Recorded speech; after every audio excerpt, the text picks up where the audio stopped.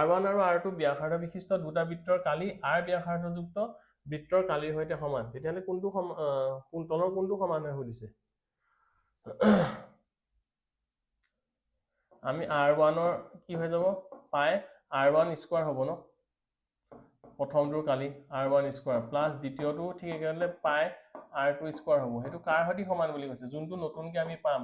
পাই হেতু যেনিবা R ধৰিলো R স্কয়াৰ সৈতে সমান হ'ব ইয়াত পাই কমন ললে ইয়াত কি থাকিব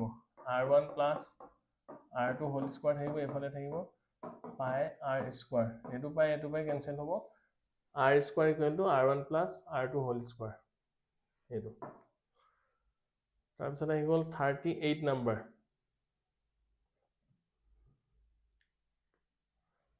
কে একক বাহু বিশিষ্ট দুটা একে আকাৰৰ ঘনক মুৰে মুৰে লগাই পোৱা আয়তীয় ঘনকটোৰ আয়তন মানে প্ৰথমতে এটো কে আছিলে তাৰ আকৌ যদি তাৰ লেংথটো কিমান হৈ যাব আৰু এটা কে লগাই দিলে এল হৈ যাব 2k পাম বি হৈ যাব কে হ'ব আৰু উচ্চতা এইচও কে হ'ব ন তেলে আমি গুটেইটা আমি পূৰণ কৰিব লাগিব নহয় আয়তীয় ঘনকৰ কাৰণে তেলে 2k কিউব উত্তৰটো